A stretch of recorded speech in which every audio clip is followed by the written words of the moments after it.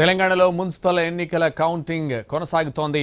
రాష్ట్రంలోని 116 మున్సిపాలిటీలు 7 కార్పొరేషన్లకు polling జరగగా 123 counting కేంద్రాల్లో ఓటు లెక్కింపు మొదలైంది.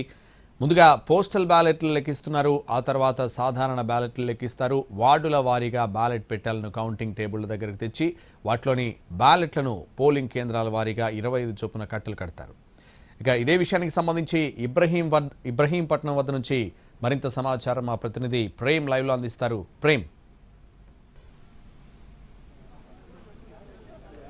Thank you Santosh. ఇబ్రహీంపట్నం మున్సిపాలిటీకి సంబంధించినటువంటి పోలైనటువంటి ఎన్నికల ఓట్ల లెక్కింపు కార్యక్రమం కూడా ప్రారంభమైంది. ప్రస్తుతం మనం ఇబ్రహీంపట్నం దగ్గర ఉన్నటువంటి పోలింగ్ అయినటువంటి ఒక కౌంటింగ్ కేంద్రం దగ్గర కూడా ఉన్నాం. కౌంటింగ్ ప్రక్రియ కూడా ప్రారంభమైంది. సుమారుగా 8 గంటలకే ఒక కౌంటింగ్ ప్రక్రియ కూడా మొదలైంది. ఇందులో భాగంగానే మొదటగా పోస్టల్ బ్యాలెట్ సంబంధించి అంటే మొత్తానికి 24 వార్డులకు సంబంధించి 10 పోస్టల్ బ్యాలెట్లు కూడా పోలైనట్టుగా సమాచారం తెలుస్తుంది. ఈ యొక్క పోస్టల్ బ్యాలెట్ సంబంధించినటువంటి కౌంటింగ్ ప్రక్రియ కూడా ఇప్పటికే పూర్తి చేశారు. ఆ తర్వాత ఈ యొక్క ఏదైతే బ్యాలెట్లో ఉన్నటువంటి ఓట్లన్నింటినీ కూడా తీసి కట్టలు కట్టేటువంటి కార్యక్రమం కూడా ఇప్పటికే అటు ప్రారంభమైంది. మొదటగా 12 టేబుల్లను కూడా ఇక్కడ కౌంటింగ్ కోసం ఏర్పాటు చేశారు. మొత్తం 24 వార్డులకు సంబంధించి 48 బూత్లను కూడా ఎన్నికల టైంలో కూడా ఏర్పాటు చేయడం జరిగింది. దానికి సంబంధించి 24 బూత్లకు సంబంధించినటువంటి బ్యాలెట్ బాక్స్లను కూడా ఇప్పటికే ఓపెన్ చేసి వాటన్నింటిని కూడా డ్రమ్లో వేసి వాటన్నింటిని కూడా కలిపిన తర్వాత వాటిని సపరేట్గా ట్రేలో వేస్తూ కూడా ఒక్కొక్క కట్టలో 25 ఓట్లను కూడా జమ చేస్తూ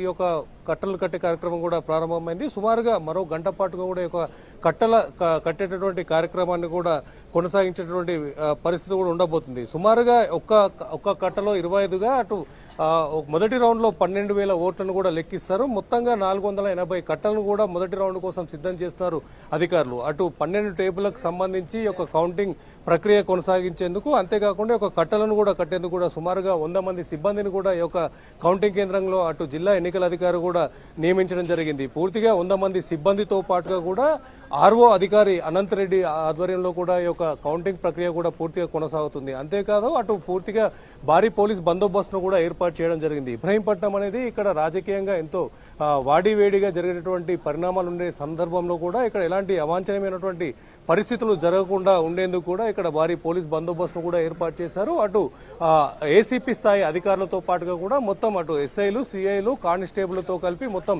సుమారుగా 300 మంది సిబ్బందిని కూడా ఈ యొక్క కౌంటింగ్ కేంద్రం వద్ద కూడా ఈ యొక్క బందోబస్తులో కూడా ఏర్పాటు చేయడం జరిగింది.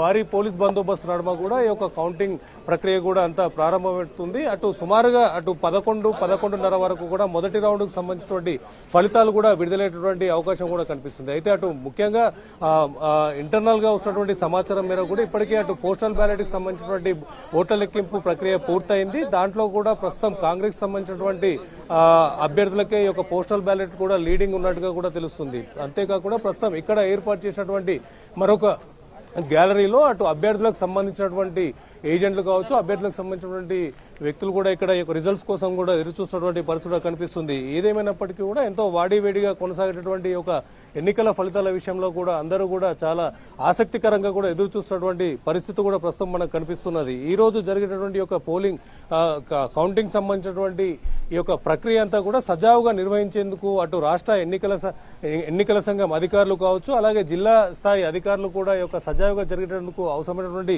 పూర్తి ఏర్పాట్లను కూడా చేస్తున్నారు సంతోష్. అంతేకాకుండా ఇటు కేవలం పోలింగ్ బూత్ లోపల అంటే పరిసర ప్రాంతంలో కాకుండా బయట కూడా వందల సంఖ్యలో కూడా అటు ఎక్కువ మంది కార్యకర్తలు కూడా వారికి సంబంధించినటువంటి అభ్యర్థుల గెలుపు ఓటములను తెలుసుకునేందుకు ఆసక్తికరంగా బయట ఎదురు చూస్తున్నటువంటి పరిస్థితి కూడా కనిపిస్తుంది Santosh. Right, thank you Prem.